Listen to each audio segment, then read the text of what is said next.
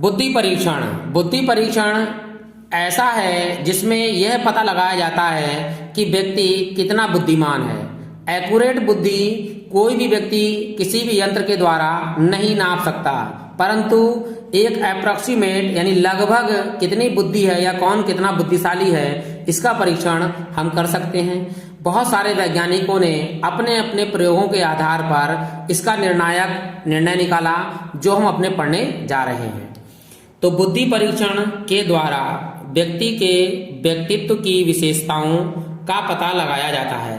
विशेषताओं का, और कौन सी विशेषताओं का? व्यक्तित्व, यानी कि व्यक्ति के अंदर उसका व्यक्तित्व कितना अच्छा है या उसकी बुद्धि कितनी तीव्र है या कम है या औसतन दर्जे की है, इसका पता लगाया जा सकता है। उसे बुद्धि परीक्षण कहते हैं।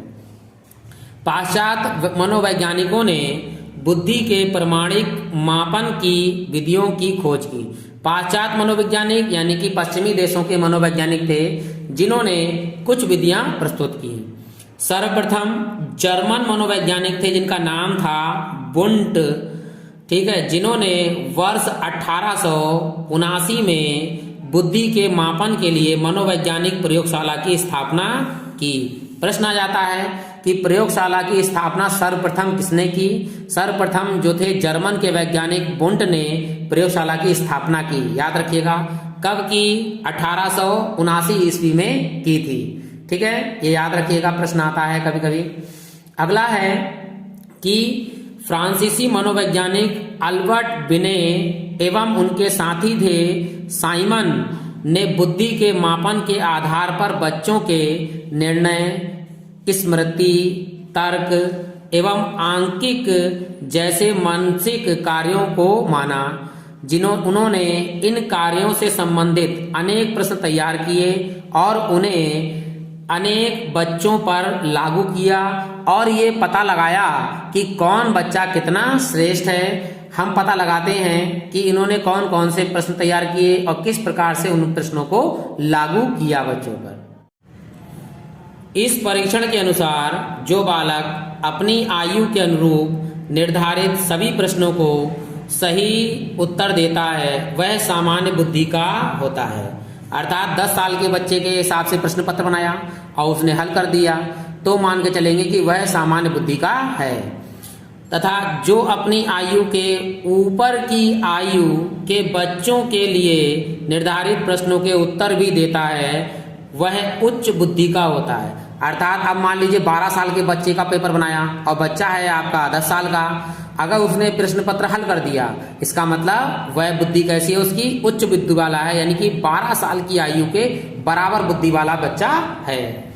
इसी प्रकार जो बालक अपनी आयु के ऊपर के आयु के प्रश्नों के लिए निर्धारित सभी प्रश्नों के सही उत्तर देता है वह सर्वोच्च बुद्धि का होता है, एवं जो अपनी आयु के बच्चों के लिए निर्धारित प्रश्नों के सही उत्तर नहीं दे पाता वह निम्न बुद्धि का होता है। अर्थात मान के चलेंगे कि जो बच्चा अपनी आयु से ऊपर वाले आयु के बच्चे का प्रश्न हल कर लिया तो वह उच्च कोटि का हो गया। जो है 10 साल का लेकिन वो 8 साल वाले बच्चे के प्रश्न के उत्तर भी नहीं दे पा रहा है, इसका मतलब क्या हुआ? वह निम्न बुद्धि वाले बालक कहलाएगा, यानी उसकी बुद्धि जो है वो निम्न बालक वाले बुद्धि के बराबर है।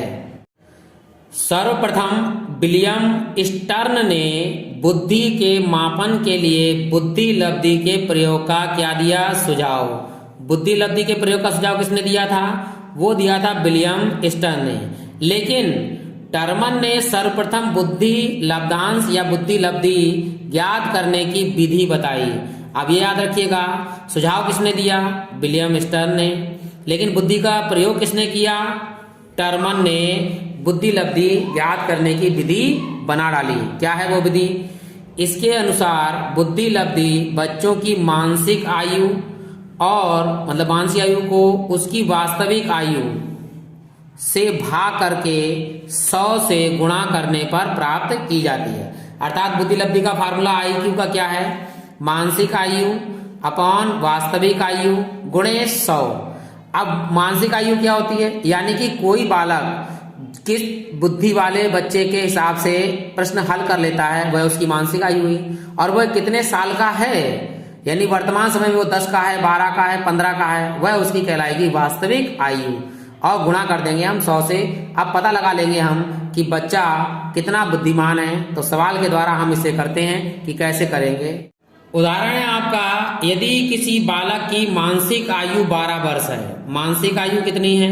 12 वर्ष, अर्थात वह 12 वर्ष के बच्चे के बराबर वाले सवाल हल कर लेता है। और वास्तविक आयु यानी उस समय है कितनी वर्ष का? वह 10 वर्ष का है।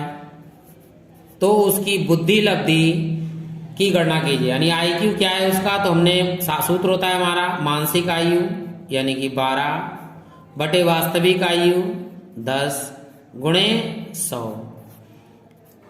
0 0 कैंसिल कर दीजिए, 12 धाम 120, यानी अर्थात वह 100 से अधिक हो गया।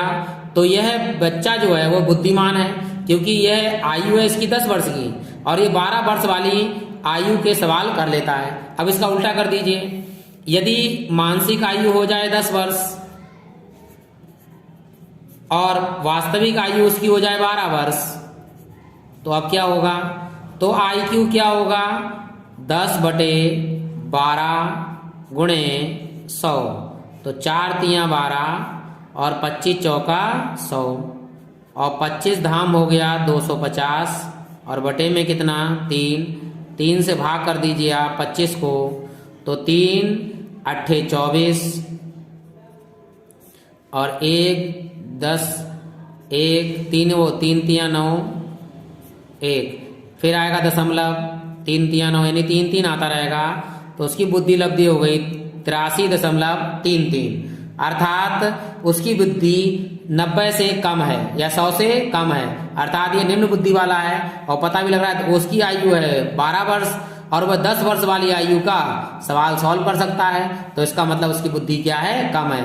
अब इसका चार्ट बना हुआ है वो देखते हैं। बुद्धि लब्धि का वर्गीकरण अर्थात क्लासिफिकेशन ऑफ IQ, इसके प्रश्न आ जाते हैं आपके एग्जाम में। तो क्या है प्रश्न, किस तरह से आएगा कि 0 से 25 तक बुद्धि लब्धि रखने वाला बालक क्या कहलाता है? तो वह महामूर्ख या जड़ बुद्धि वाला कहलाता है। अगर उसकी IQ 25 से 50 है तो वो मूढ़ कहलाता है, 50 से 75 है तो वह मूर्ख कहलाएगा, 75 से 90 है तो सीमा पर या अल्प बुद्धि वाला कहलाएगा, और 90 से 110 है तो उसकी बुद्धि कैसी है? औसत के रूप में है, और 110 से 120 है तो वह बालक श्रेष्ठ कहलाएगा, 120 से 140 है तो वह प्रखर बुद्धि या अति श्रेष्ठ कहलाएगा, और जिसकी बुद्धि लब्धि 140 और उससे अगर अधिक है तो वह बहुत प्रतिभाशाली बालक, ठीक है, गिफ्टेड या जीनियस बालक कहलाएगा।